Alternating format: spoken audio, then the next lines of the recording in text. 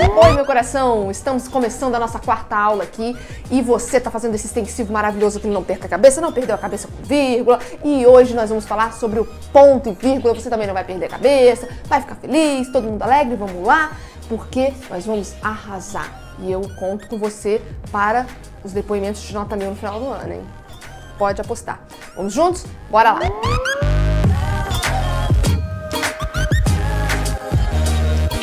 Então vamos lá, vamos falar hoje sobre o uso do ponto e vírgula. Professora, eu vou fazer uso de ponto e vírgula dentro da minha oração do Enem? Será, prof? Claro que pode acontecer períodos longos em que você vai precisar, sim, do ponto e vírgula. Bem, primeiro vamos entender o seguinte, professora, ponto e vírgula é uma pausa maior que o ponto, maior que a vírgula e menor que o ponto. Isso eu já sei. Gente, vamos tirar esse conceito da mente agora? Tudo bem, tá certo, não tá errado não, tá?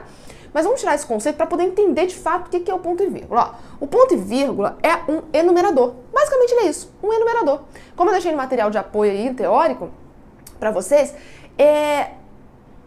tudo que nós precisamos entender sobre ele é isso. Porque para usá-lo dentro de um período longo em que a gente quer dar uma pausa maior, porque já fazemos uso da vírgula ali dentro daquele período, nós vamos estar usando ele para enumerar, para separar uma oração da outra, um trecho do outro. Então sempre tenha isso daí em mente. O ponto e vírgula é um enumerador, tá bom?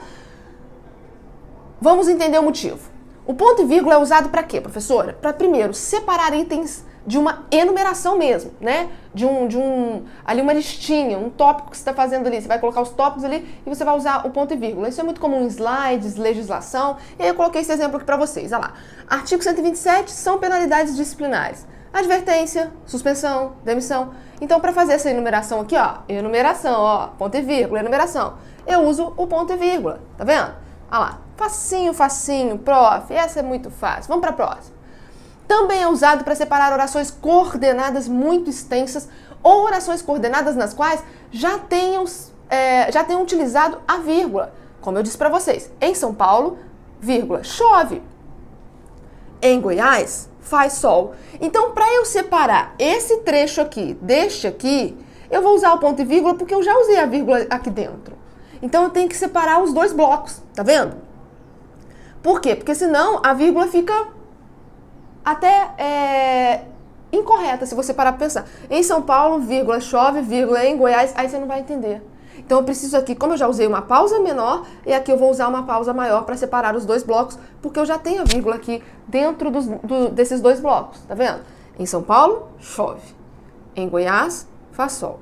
Porque aqui a vírgula está correta, ela precisa acontecer. Então, para separar esses dois blocos, em São Paulo, em Goiás, eu usei o ponto e vírgula, beleza? Que é o que tá lá. Separar orações coordenadas muito extensas ou orações coordenadas nas quais já tenham sido utilizadas a vírgula, que é o caso aqui, beleza? Vamos lá. Facinho, galera. Então, não tenha mais medo de utilizar o ponto e vírgula nestes casos aí em que você vai precisar. Usou a vírgula, aí vai separar um bloco maior, né?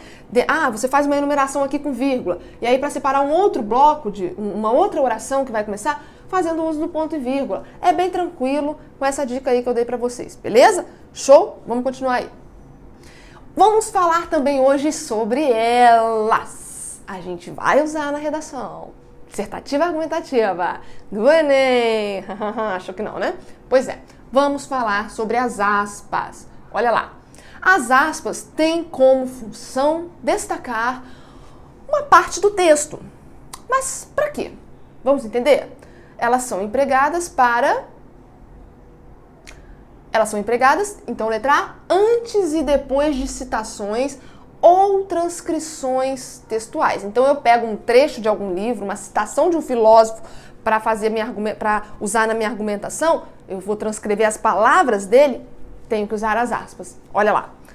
Exemplo. Como disse Machado de Assis, : E aí eu vou transcrever exatamente o que Machado de Assis disse, com as palavras dele, preciso colocar as aspas. A melhor definição do amor não vale um beijo de moça namorada. Uau! Isso aí. Deu para entender? Bem fácil, né? Bem tranquilo? Bem tranquilo. B. Para representar nomes de livros ou legendas. Então, veja bem, quando eu tenho... Camões escreveu o exemplar, né? Camões escreveu Os Lusíadas. o nome do livro. Então, se eu estou colocando ali no meu texto o nome de uma obra que eu estou citando, né, eu vou precisar colocar esse nome, o nome dessa obra, entre aspas, ok? Então, fiquem atentos, ou legendas também, tá bom? Letra C. Para assinalar estrangeirismos, neologismos, gírias, expressões populares e ironia. Então, termos que você quer que o seu leitor faça o entendimento correto, que traz uma expressão popular ou até uma ironia, você vai precisar também usar as aspas, tá? E os estrangeirismos, as gírias, os neologismos, são próprios da linguagem mais coloquial. Então, se você vai colocar dentro do seu texto, dentro de uma linguagem formal, você vai precisar colocar as aspas, tá? Vamos ver o exemplo lá? Principalmente, isso aí acontece na redação do Enem. Professor, eu posso usar a gíria? Depende. Se é para fazer uma citação sobre alguma coisa, que você não tem como, você vai falar sobre aquilo, e precisa coloca entre aspas, tá? Jamais usar a gíria dentro do seu discurso propriamente dito. Você vai falar de variação linguística. Preconceito linguístico é o tema da redação. E aí você vai falar como é que os adolescentes utilizam as gírias. E aí você vai dar alguns exemplos de gírias. Eles não se fala mais olá, querido. Se fala, e aí, beleza? Entre aspas, tá? São termos próprios da fala, da linguagem coloquial, gíria, termo que não é próprio ali do seu texto naquele momento. Então, vai precisar ser colocado entre aspas, ok? O lobby e estrangeirismos também. O que é estrangeirismo, professora? Palavras de outro idioma, tá? Estrangeirismo é isso. Mouse é estrangeirismo. Qualquer palavra que não seja da língua portuguesa, você vai precisar colocar entre aspas se você tiver que usar, beleza? O lobby, para que se mantenha a autorização de importação de pneus usados no Brasil, está cada vez mais descarado, na revista Veja. Repare que lobby foi usado aqui porque eu queria usar a palavra original, a palavra que é do inglês, né? Que é inglês. Então, ok, tudo bem, mas com aspas, beleza? Então, vamos seguir. Para realçar uma palavra ou expressão. Então, eu quero realçar aquela palavra. Eu quero dar um destaque especial. Vamos ver como? Mariana reagiu impulsivamente e lhe deu um não. Primeiro que eu substantivei um advérbio de negação. A palavra não é um advérbio de negação. Eu o substantivei usando o artigo indefinido aqui na frente. Ó. Ele deu um não. Substantivei o termo. Então, já transformei aquela palavra numa outra classe de palavra. E aí eu quis destacá-la. Usei as aspas, viu? Mariana reagiu impulsivamente, lhe deu um não. Precisei usar as aspas. Quem foi o inteligente que fez isso? Estou sendo irônica. Quem foi o inteligente que fez isso? Tá? Eu quero dar um destaque a essa palavra aí. E aí, as aspas tem todo...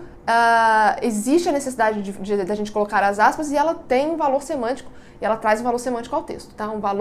Um sentido diferente ao texto. Então é isso, querido, é isso, querida. Você não perdeu a cabeça com a pontuação e nós finalizamos aqui um bloco, né? Nós finalizamos as nossas aulas de pontuação. Na próxima aula nós falaremos sobre os pronomes relativos, tá bom? Eu espero que vocês tenham gostado muito das nossas aulas de pontuação e tenham visto o quanto é fácil, né?